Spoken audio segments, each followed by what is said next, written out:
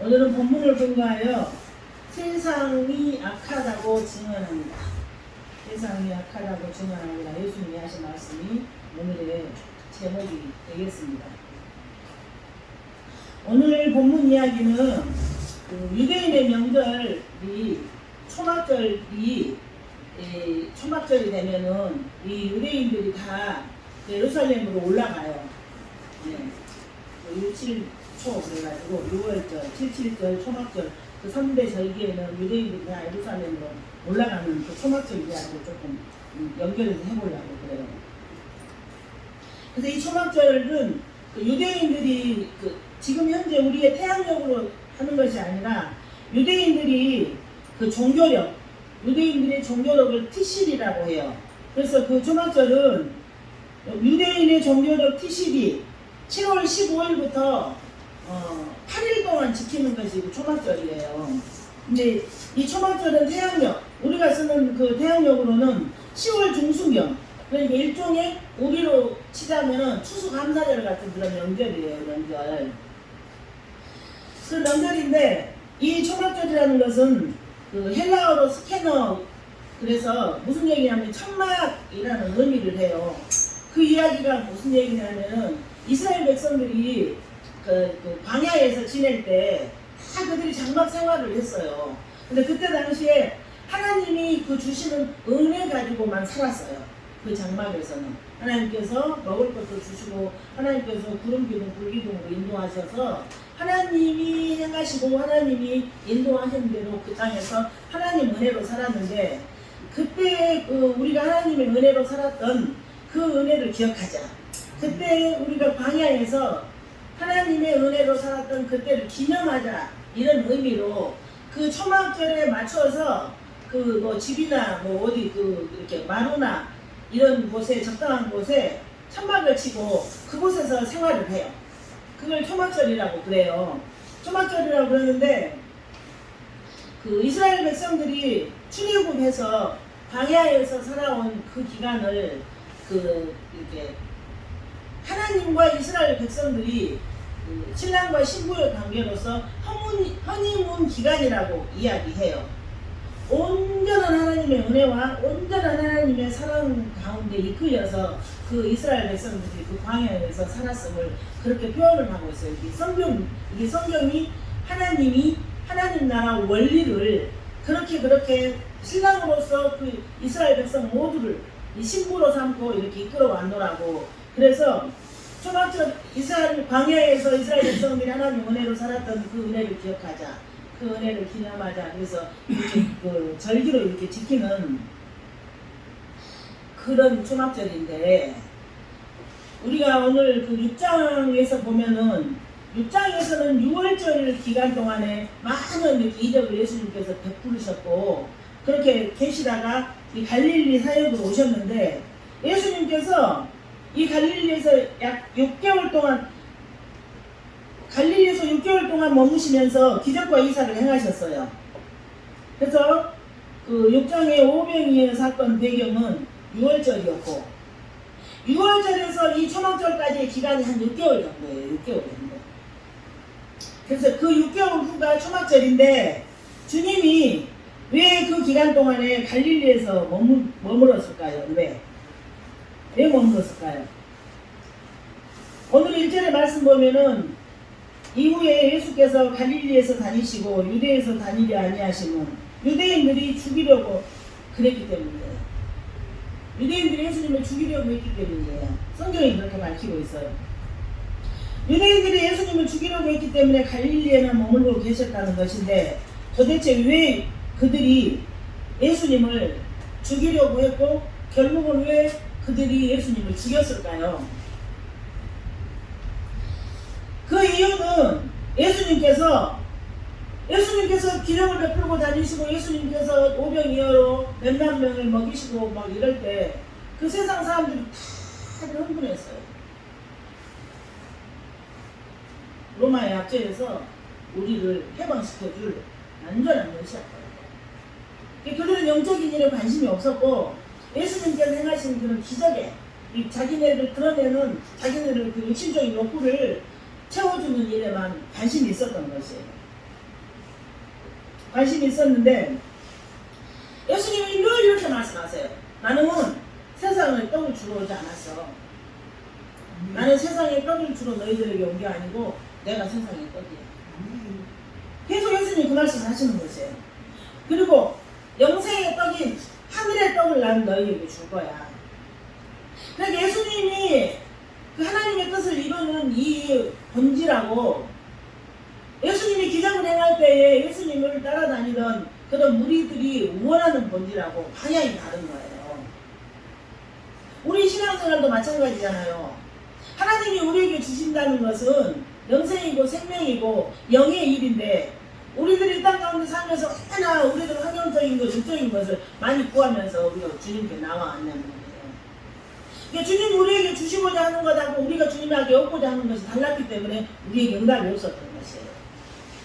그런데 지금 오늘 이 시대에는 완성된 이 계시의 말씀이 있어서 이 원인이, 응답 안 되는 원인이 무엇인가, 하나님께서 일하시지 않는 이 이유가 무엇인가를 우리는 잘 배울 수가 있어요. 또 이렇게 실력 있는 어떤 목사님들을 세우셔서 그 시대적 배경까지 우리가 배워가면서. 그런데 그 시대에는 오로지 육신의 것만 쫓아서 그 사람들이 이제 따라다니는데 영생의 떡인 하늘의 떡을 주러 오셨다고 말씀하시고 그 하늘의 떡은 오직 하나님의 선택에 의해서만 주어지는 거야. 그 하늘의 떡은 하나님의 선택에 의해서만 주어지는 거야. 그렇게 말씀을 하시자 예수님을 따르던 많은 군중들이 다 떠나버렸어요. 그래서 예수님께서는 나중에 그 제자들의 이야기 말씀하세요. 너희들도 나를 떠나려 하느냐? 그래. 그런데 그때나 지금이나 똑같아요. 우리의 사람의 그 인본주의는 너무너무 연약해요. 그래서 우리들의 감정에 우리들의 욕구에 채워지지 않으면은 다 떠나게 돼 있어요. 누구만 남아요? 하나님의 택한 받은 그 백성들만 남아서 그 주의 말씀을 생명의 영적인 그 양식으로 알아서 날마다 성장하는 그런 은혜를 입고 사는 것이에요. 그러니까 이 다른 말로 정치적, 군사적, 경제적 메시아에 대한 기대가 엄청나게 컸어요. 이 사람들한테는. 왜요? 삶이 힘들으니까. 엄청나게 컸어요. 그런데 이 유대인 지도자들에게 율법을 잘 지키고 있는 그런 그 사람들의 자기들은 우리가 선해, 우리는 율법을 잘 지키고 있어, 이렇게 선하다고 생각하는 이 사람들한테 예수님이 너희들 행위가 선하지 않다고 말해요. 악하다고 그래요. 악하다. 너희들이 지금 잘못하고 있어. 계속 그러는 것이에요. 그러니까 자기네들 선한 행위가 예수님에 의해서 묵살이 되자 이 사람들이 예수님을 죽이려고 해요. 죽이려고 하는 것이에요. 그런데 여러분, 유대인들이 예수님께서 안식일에 38년 된 그 병자를 고치신 일로 그걸 율법을 근거로 하여 율법을 들어서 경고를 했으나 주님이 그들의 말을 묵살을 해요. 듣지 않아요. 그러니까 이런 모든 것들이 하나씩 다 그들한테 이제 예수님을 죽일 그런 계기로 더하여졌던 것이죠. 네. 뿐만 아니라 예수님이 율법을 열심히 지키고 있는 그들을 너희들은 죄인이야 그래요. 우리 유대인들 그 지도자들은 우리들은 선민이야 그러는데 왕이신 예수님은 그들을 향해서 너희들은 죄인이야, 너희들은 악해, 그렇게 말씀하시는 것이에요. 그때 그들의 행사를 악하다고 지적을 했습니다. 뿐만 아니라 주님은 율법을 열심히 지키고 있는 그들을 너희들은 죄인이라고 불렸고, 또 우리가 이 이스라엘의 선민이라는 그런 자부심을 가지고 있던 그런 사람들한테 주님은 그런 사람들을 너희들이 선민이야? 그래? 그러고 알아주기는커녕 회개하라고 막 회개하라. 이 주님이 말씀하시는 그 말씀과 우리가 받고 싶은 그 욕구에는 어마어마한 차이가 그 시대에도 있고 지금도 있는 것이에요. 그래서 우리가 성경을 읽어야 되고, 그래서 우리가 공부를 해야 되고, 그래서 우리가 하나님 나라 가는 순간까지 배워야 돼요. 그래서 배워야 돼요.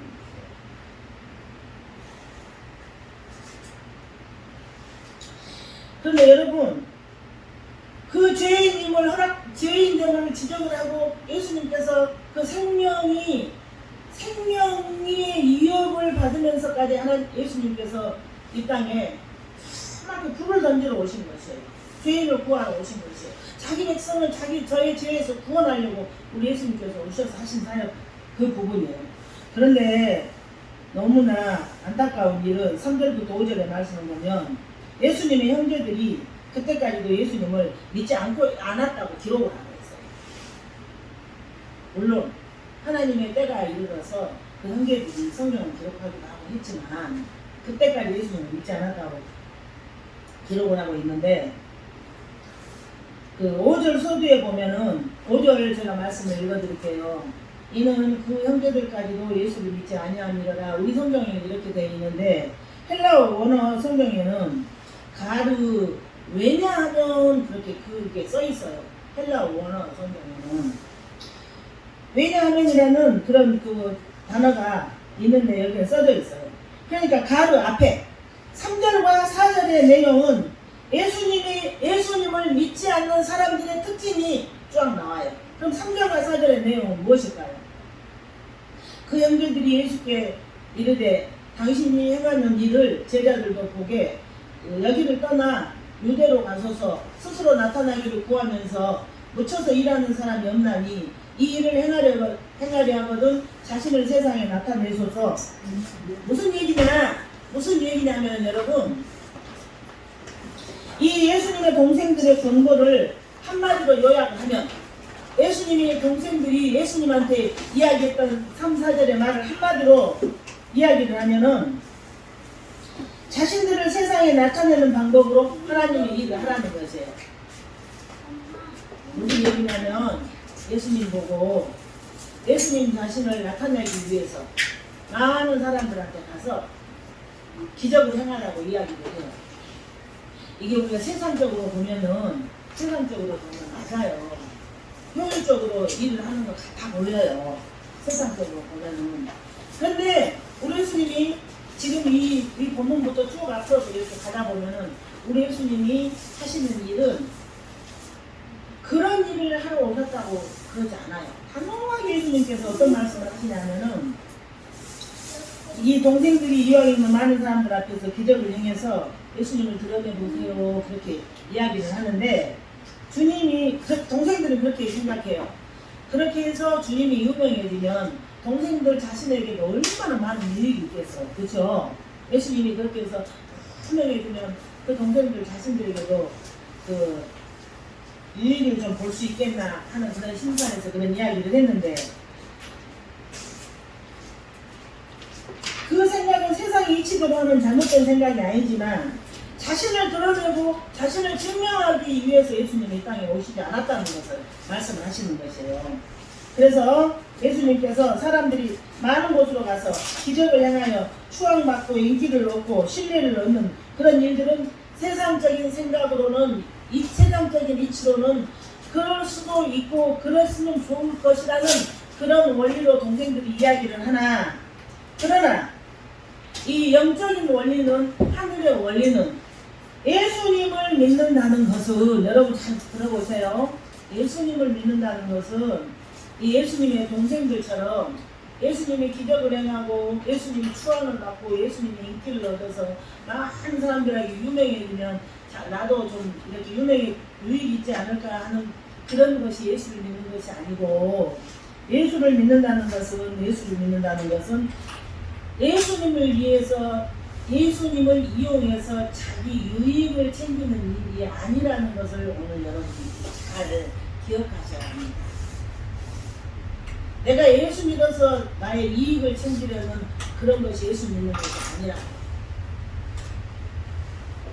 왜 내가 예수 믿어서 나의 유익을 챙겨서는 안 된다는 것을 나중에 결론을 해서 제가 말씀드릴게요. 이 주의 형제들의 요구와 상반되게 예수님은 세상에 대해서 인기를 얻으려는 목적을 가지고 오시지 않았어요. 예수님은 철저히 자신을 부인하고 십자가의 죽음을 선택함으로 인해서 자기 백성들을 그들의 죄에서 구원하려고 오신 목적 딱 하나예요. 그러니까 그때 당시에 유대 지도자들의 생각과 예수님의 생각은 완전히 반대편에 서 있었어요. 지금 이 시대에 우리가 성경을 근거로 해서 예수님의 그 말씀과 우리의 생각은 반대편에 있는지 그 예수님의 편에 있는지 한번 생각해 볼 필요가 있는 것이에요.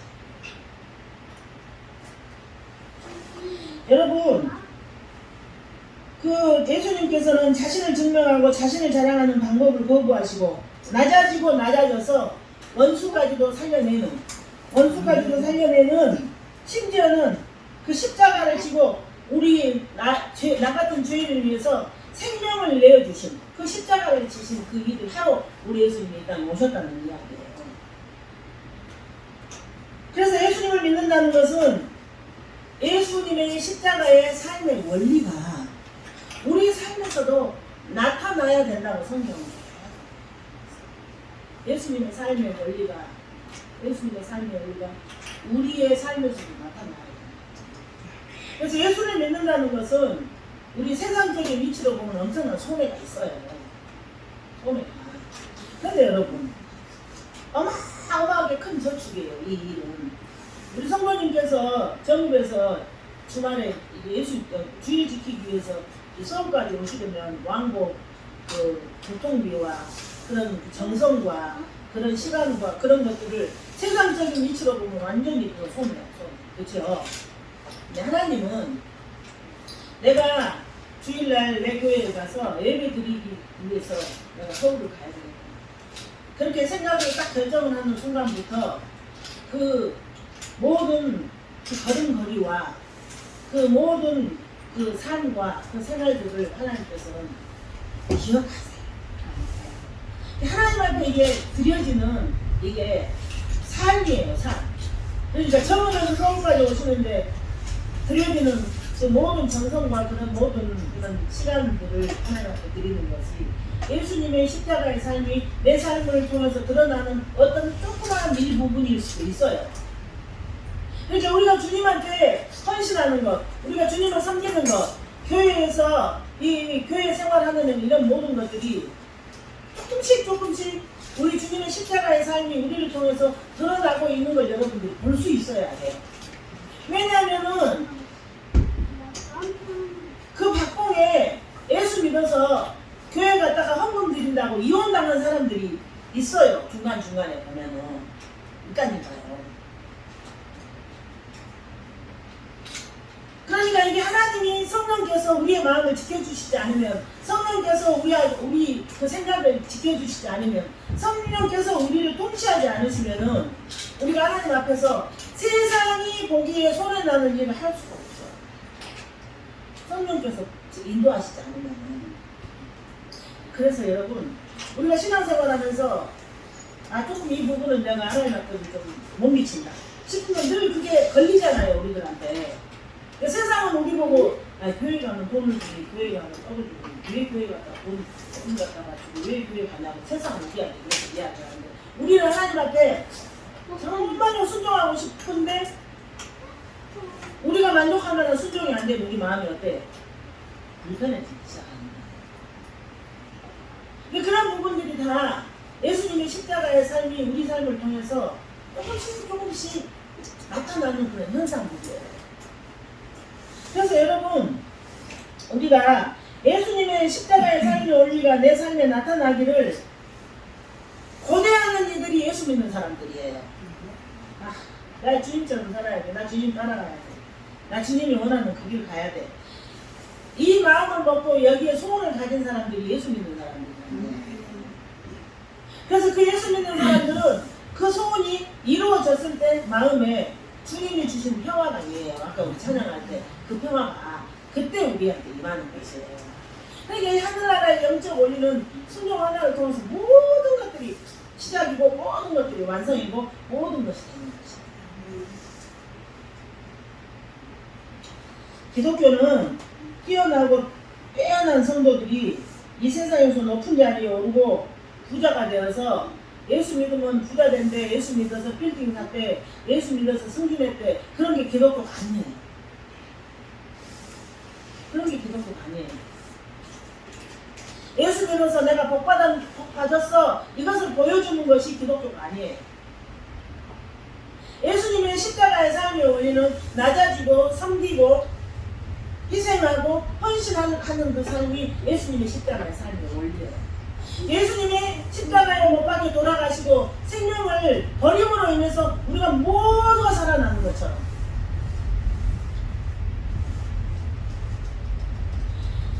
기독교는 예수님의 그 십자가의 삶의 그 원리로 인해서 기독교는 명령이 이어지고 온 것이에요. 순교자의 피를 따라서 명령이 이어지고 있는 것이에요.